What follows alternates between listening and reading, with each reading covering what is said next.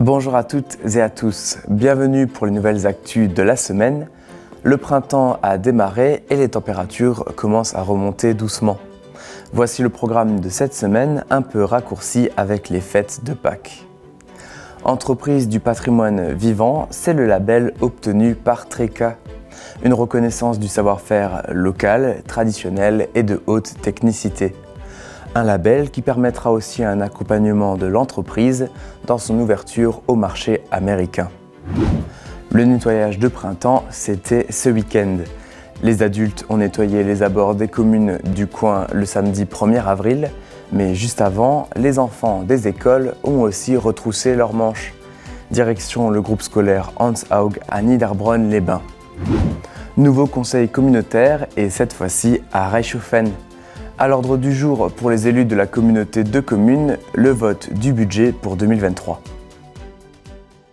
L'entreprise Treka, spécialisée dans la literie haut de gamme et plus précisément le site de Reichshofen, a reçu un nouveau label Entreprise du patrimoine vivant. Petite visite dans leurs locaux pour voir ses savoir-faire. Treka, c'est l'art de la chambre et en effet, c'est tout un art. Entendez par là un savoir-faire qui est désormais reconnu nationalement. L'atelier de Reichshofen, où est né Treka, a reçu la certification EPV pour Entreprise du patrimoine vivant. Ça veut dire quoi? Ça veut dire que nous, pour fabriquer un matelas ou une tête de lit ou un sommier ici, on va faire intervenir des savoir-faire manuels qui n'existent qu'ici. On a sur ce site des gens qui travaillent depuis 3 ou 4 générations et qui se sont transmis ces savoir-faire quasiment en famille. Et c'était important de les reconnaître. Dans le secteur, Allelor est également reconnu EPV. La sélection est très rigoureuse. Seulement 16 structures ont ce label dans le Bas-Rhin. Les critères reposent sur un savoir-faire rare, une maîtrise technique traditionnelle ou de haute technicité. Il faut également que l'entreprise soit implantée depuis plus de 50 ans. C'est le cas ici depuis 1935. En avril dernier, l'Institut national des métiers d'art est venu réaliser un audit du site. Ces métiers sont quoi? Sont par exemple la fermeture. La fermeture, c'est comment on ferme un matelas. Alors, on ferme tous les matelas, mais nous on le ferme de manière différente, avec des savoir-faire qui n'existent plus que chez nous. C'est bien quand on va capitonner le matelas. Capitonner, ça veut dire quand on traverse le matelas de part en part pour mettre une certaine tension et lui permettre de devenir un produit qui a une durée de vie longue. Et ça, aujourd'hui, si c'est fait dans beaucoup d'entreprises, ça va être fait avec des machines. Nous, on le fait à la main.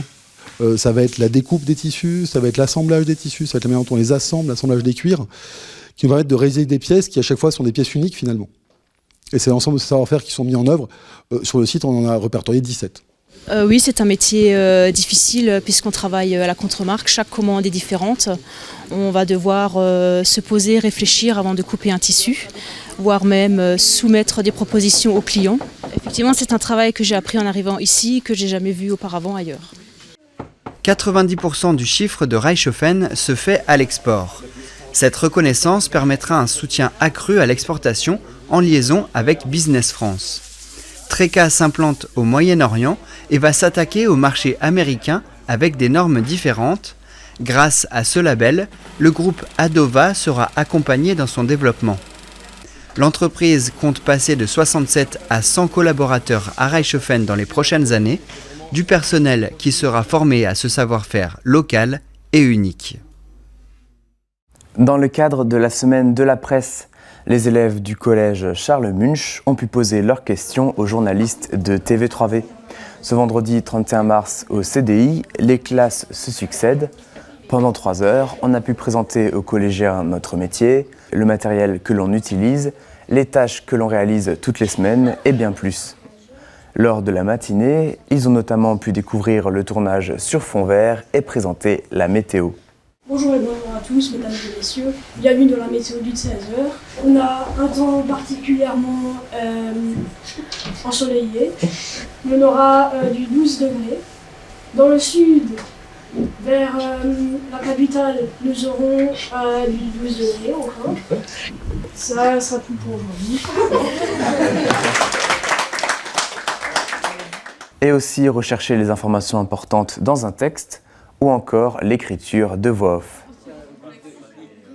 Ça, c'est la voix off, ça s'appelle, c'est le texte qu'on dit quand on est à l'écran ou quand on l'enregistre.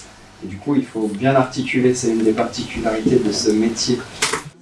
Justement, on leur a fait écrire le texte de cette brève et certains ont pu présenter leur travail devant la caméra et la classe. Une rencontre intéressante qui s'inscrit dans le programme des enseignants. Le Collège Munch a aussi un projet de web radio. Qui encore ? À cette période de l'année, on parle du nettoyage de printemps. Et ce vendredi 31 mars, toujours, comme dans d'autres écoles, les petites mains du groupe scolaire Hans Haug ont aussi ramassé les nombreux déchets à Niederbronn-les-Bains. Les enseignants et les enfants sont répartis par section du CP au CM2. Les plus petites classes ramassent autour de l'école et plus la section est âgée, plus la zone à nettoyer est grande. Les élèves au CP s'occupent de l'espace à l'arrière ainsi que le City Stade et la rue du Stade. Malgré la pluie, les enfants sont motivés et trouvent des mégots, mouchoirs et plein d'autres détritus. J'ai trouvé du verre. J'ai trouvé 2 verres. Le groupe scolaire Hans Haug réalise au courant de l'année plusieurs actions comme celle d'aujourd'hui. Tous les vendredis, une classe nettoie la cour. Après avoir rempli les sacs poubelles lors de la matinée, les élèves ont bien mérité leur croissant, un goûter offert par la commune. L'après-midi, c'était au tour des classes de 6e et le lendemain, il y avait le nettoyage organisé par la communauté de communes dans toutes les villes et villages de la Comcom. Après le débat d'orientation budgétaire à la fin février, les élus se sont retrouvés pour le vote du budget. C'était ce lundi 3 avril à l'espace Cuirassier. On débriefe le conseil communautaire en quelques minutes. Pour commencer, dans les affaires générales, les élus approuvent la signature de la convention de l'ORT, l'opération de revitalisation du territoire. Elle concerne les 4 communes de notre Comcom qui font partie du dispositif Petites Villes de demain.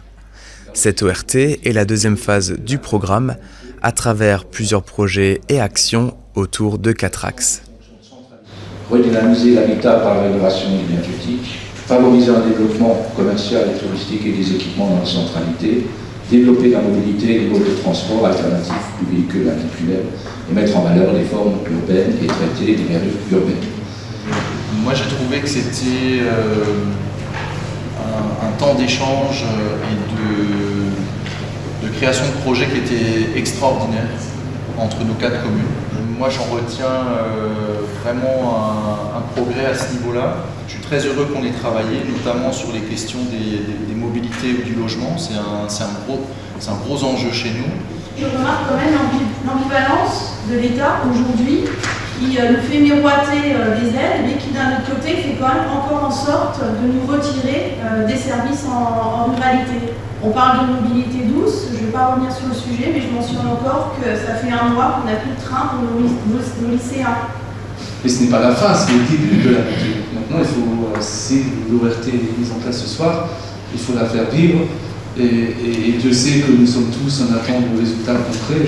Je pense pouvoir dire que sur ce projet-là, on aura encore des beaux résultats concrets dans nos 4 communes. Et comme je dis souvent, ce qui est bon pour nos 4 grandes communes est bon pour tout le territoire et bon pour nos petites communes. Autre point dans les affaires financières. La Comcom approuve le projet d'installation de bornes numériques interactives. Donc pour l'ensemble de ces bornes, on serait sur un projet total de 250 980 €. Si on devait avoir la chance d'avoir cette aide de 200 000 € de l'ASUA, ce projet pourrait donc revenir à la communauté commune pour un coût de 250 980 €. Elles seront implantées dans quasiment toutes les communes ainsi qu'au siège de la Comcom. Un appel d'offres va être lancé pour une mise en service prévue à l'automne prochain. On passe au plus gros point, à savoir le vote des budgets. Patrick Bettinger, le vice-président, présente les comptes de gestion pour l'année 2022. Pour faire simple, sur le budget principal, la Comcom affiche un excédent de près de 6,2 millions d'euros. Concernant le service des déchets ménagers, un excédent d'environ 437 000 €. excédent aussi pour la gestion des milieux aquatiques GEMAPI de 359 000 € en vue de travaux futurs, et un déficit pour la ZA Drayek de 1,19 million d'euros car tous les terrains ne sont pas vendus. Concernant le budget 2023, la Comcom prévoit entre autres près de 18,9 millions d'euros pour le budget principal. Pour le service d'élimination des déchets ménagers et la ZA Drayek, les montants s'affichent à l'écran. Le Conseil communautaire propose, comme l'année dernière, de maintenir les taux d'imposition pour l'année 2023 et, comme l'année dernière, maintient aussi pour la taxe GEMAPI à 160 000 €. Prochain rendez-vous pour les élus prévu le 22 mai. Suite au séisme du 6 février, les églises protestantes d'Alsace du Nord ont collecté des fonds pour l'ACO, Action chrétienne en Orient. Le 2 avril, la paroisse protestante d'Oberbronn-Dinswiller a organisé un culte tout entier consacré à ce sujet. Le pasteur Busch a relaté l'utilisation des dons principalement pour les logements. Janine Herold a parlé de la Croix-Rouge de Niederbronn qui a envoyé 2 tonnes de couvertures et vêtements. Et messieurs Syrah et Van der Voorde de l'Université de Strasbourg ont expliqué les mouvements tectoniques à l'origine du séisme. Ce culte original a ému et intéressé tous ceux qui y ont assisté. Plusieurs centaines d'euros supplémentaires ont encore été reversés à l'ACO pour continuer de soutenir les survivants les plus affectés. C'est tout pour les actus. Tout de suite, on rencontre l'association des amis de la gendarmerie dans l'interview de la semaine. Dans la chronique, on rigole en alsacien avec les blagues des Wetzknübe. À la semaine prochaine et d'ici là, portez-vous bien.